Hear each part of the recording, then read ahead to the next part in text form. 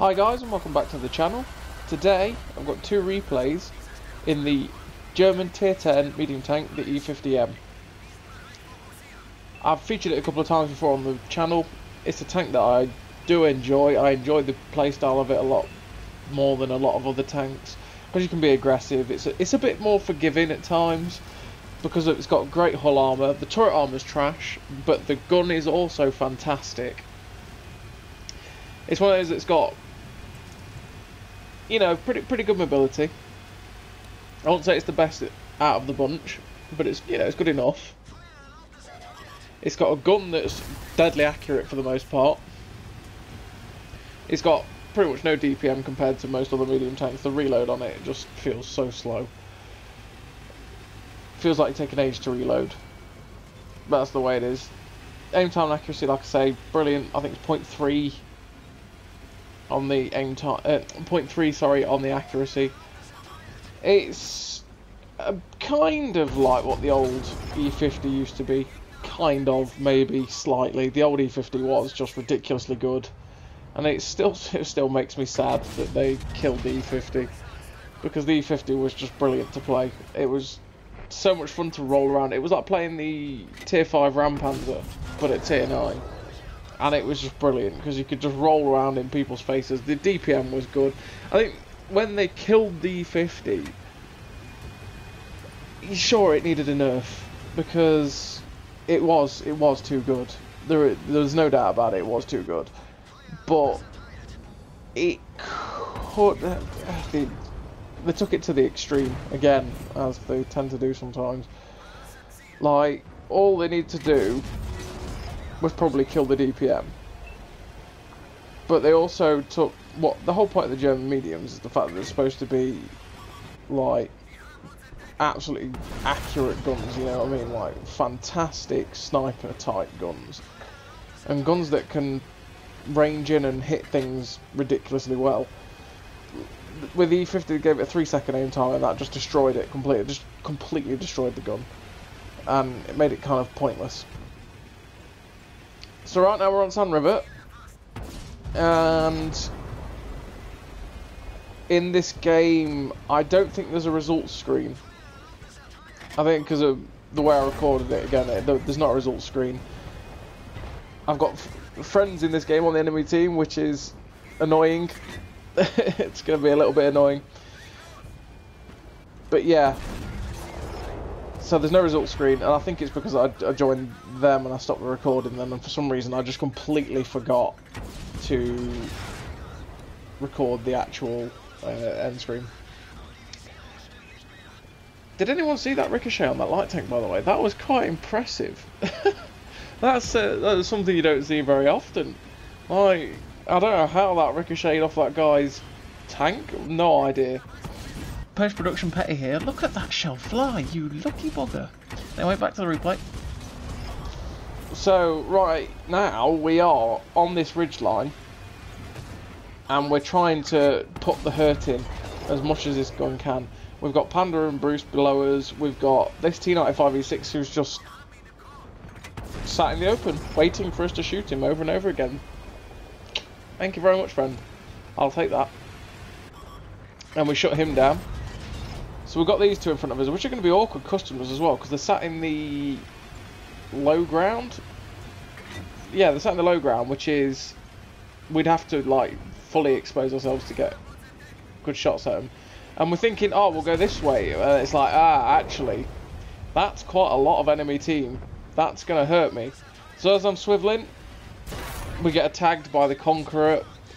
Breaks the ammo rack for the rest of this game, which makes the tank with not much DPM even worse DPM, which is not helpful.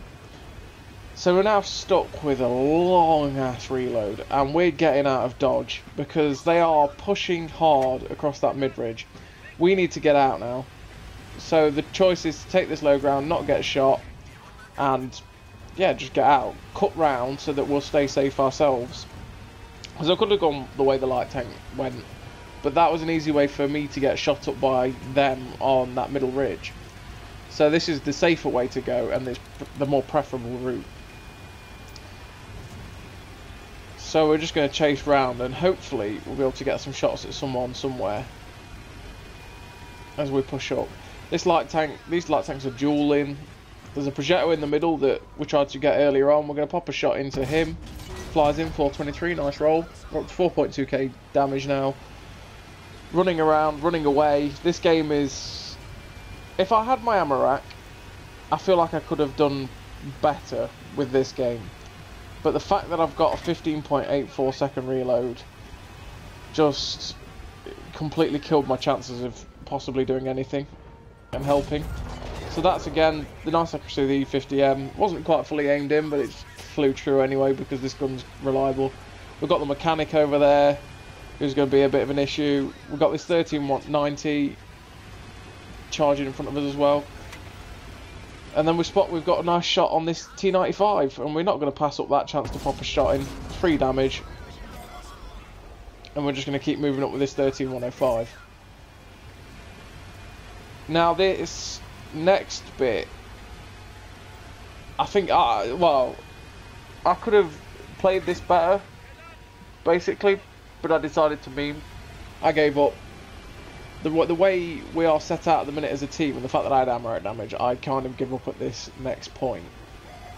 Because I could have played it a lot safer, I could have played it a lot better, generally.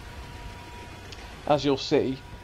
Because I've got no ammo rack, taking on the mechanic in his 140 is the worst idea going, because the 140 will rip me to shreds. It ripped me to shreds if I had my ammo rack. But that 13105 has just said, I'm reloading.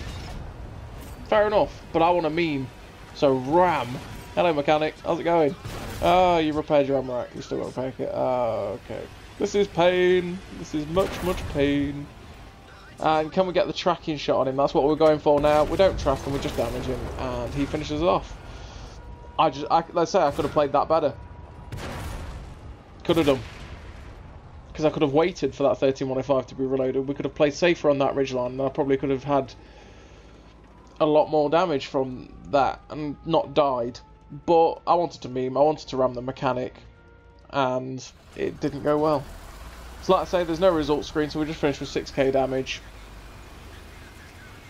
And a pretty nice result generally for the E50m. So now we're on Arctic region. And yeah, these games, by the way, because, right, basically, I saved these replays because they were good games, and they put me up to about 94 and a bit % on the mark. And I fumble. I always do it with E50m just because I play way too aggressively in it. So there's too many times where I play make or break plays, and 50% of the time I get wrecked, and the other 50% of the time it goes fantastically. And of course, as soon as I get close to 94%, the make or break plays never work. Nope, never.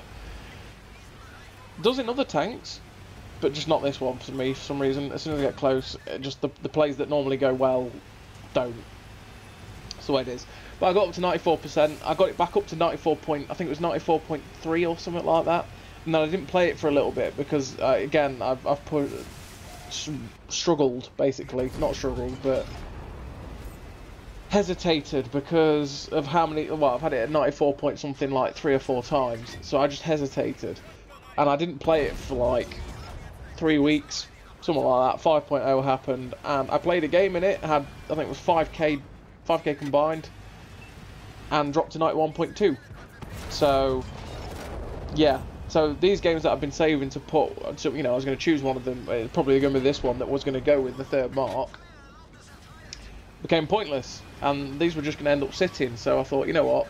Because they're good games in their own right, I'm going to show them both together, because otherwise they're never going to get used. So quite frankly, I can't bother to get the E50m back up to that 95 again, or 94, whatever. So we've taken up this position, which is a good position.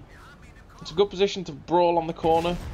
The issue is the turret on the E50m. I mean, the turret on the E50m is pretty terrible,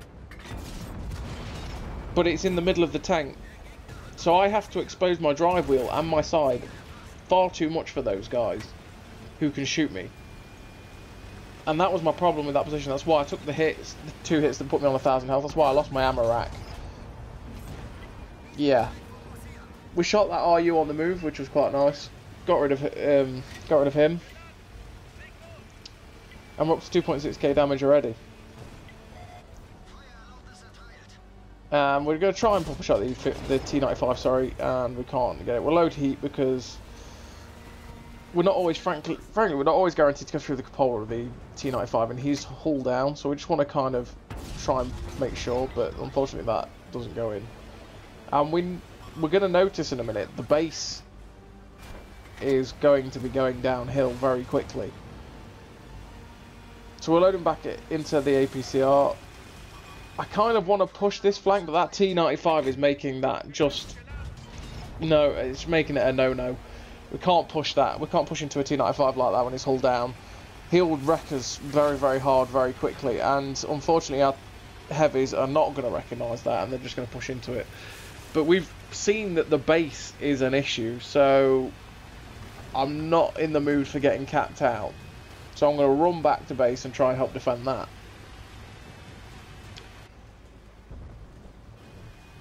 The TD up there, the Waffle Panzer IV, is doing a good job of holding off for as long as he can, which is good, but we really need to go help him because he's not going to last long. He can be shot from the middle where he is as well, where that light tank is at F5, so his standing defence is not going to last long. So we're going to take up the position where this medium tank is, hugging these rocks, or this hill, because it'll give us good cover and we can just shoot them as they come up. And that 257 could be an awkward customer because if he's side on, or if he's... Yeah, if he's side on, we might struggle because of the tracks, and you can't always pen and track a 257 unless you're shooting up. If you're shooting up at a 257, you can track and pen it, fact for you. But if you're on flat ground, you won't do it. Now this is where the gun of the E50m is fantastic. Obviously, these are slim to nothing shots. There's the dead rack in front of him, and it's a very, very thin shot. But it flies true and flies straight in.